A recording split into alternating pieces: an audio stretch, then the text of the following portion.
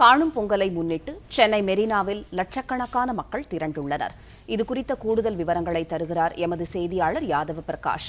யாதவ் பிரகாஷ், வணக்கம். யாதவ், சொல்லுங்க, நீங்க இப்ப மெரினால எந்த பகுதியில் இருக்கிறீங்க?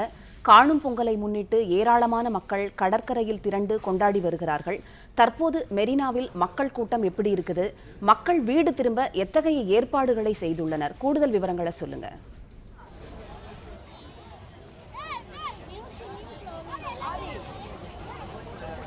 வணக்கம் விகானிகா. பொங்கல் பண்டிகையினுடைய கடைசி நாளான காணும் பொங்கலை மகிழ்ச்சியாகவும் சிறப்பாகவும் கொண்டாட பொதுமக்கள் இங்கே மெரினா கடற்கரையை நோக்கி படையெடுத்து வந்திருக்கிறார்கள் என்றுதான் சொல்ல வேண்டும். லட்சக்கணக்கான மக்கள் காலை சரியாக ஒரு 11 மணியிலிருந்தே லட்சக்கணக்கான மக்கள் தொடர்ந்து மெரினா கடற்கரையை நோக்கி வந்திருக்கிறார்கள்.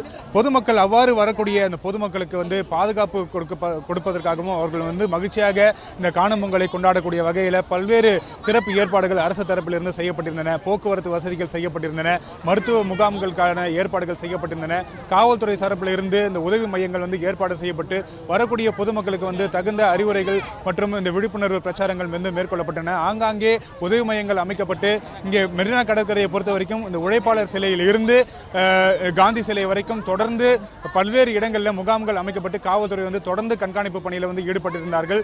ஆளில்லாத விமானம் மூலமாகவும் கண்காணிப்பு பணிகள் தீவிரப்படுத்தப்பட்டிருந்தன. மாலை 6 மணிக்கு மேல் கூட அந்த கூட்டம் குறையாமல் இருக்கக்கூடிய காட்சிகளை நம்மால் பார்க்க முடிகிறது. அருகாமையில் இருக்கக்கூடிய முன்னாள் முதலமைச்சர்களாக இருந்த எம்ஜிஆர் மற்றும் கருணாநிதி அவர்களுடைய சமாதிக்கு பொதுமக்கள் அனுமதிக்கப்பட்டு இருக்கின்றார்கள். அங்கும் கூட்டம் குறையாமல் இருக்கின்றது. பொதுமக்கள் பாதுகாப்பாக இங்கிருந்து கலந்து செல்வதற்கான அந்த ஏற்பாடுகளும் காவல்துறை தரப்பிலிருந்து செய்யப்பட்டிருக்கின்றன. குறிப்பாக மாநகர போக்குவரத்து கழகம் தரப்பிலிருந்து சுமார் ஒரு 480 சிறப்பு பேருந்துகள் இயக்கப்பட இருக்கின்றன. அதே போல இங்கே பிராட்வே மற்றும் ஹைகோர்ட்டுக்கு வரக்கூடிய அந்த பேருந்துகள் எக்ஸ்டென்ஷன் செய்யப்பட்டு அண்ணா சதுக்கத்துக்கு வரக்கூடிய வகையில் ஏற்பாடுகள் செய்யப்பட்டிருக்கின்றன. பொதுமக்கள் இங்கே மகிழ்ச்சியாக கொண்டாடிவிட்டு மீண்டும் அவர்களுடைய வீடுகளுக்கு திரும்பக்கூடிய வகையில் இந்த போக்குவரத்து வசதிகளும் ஏற்பாடு செய்யப்பட்டிருக்கின்றன. காவல்துறை இங்கே வந்திருக்கக்கூடிய பொதுமக்களை ஒருங்கிணைத்து அவர்களை நல்லபடியாக இந்த பேருந்து நிலையத்துக்கு செல்வதற்கான அந்த தொடர்ந்து அறிவுரைகள் ஒலிபெருக்கி வாயிலாக தெரிவித்த வண்ணம் இருக்கின்றார்கள்.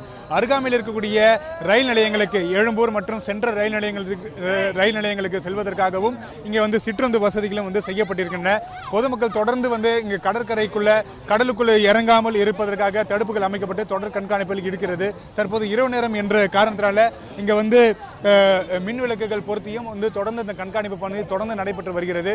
தற்போது நிலவரப்படி இந்த கூட்டம்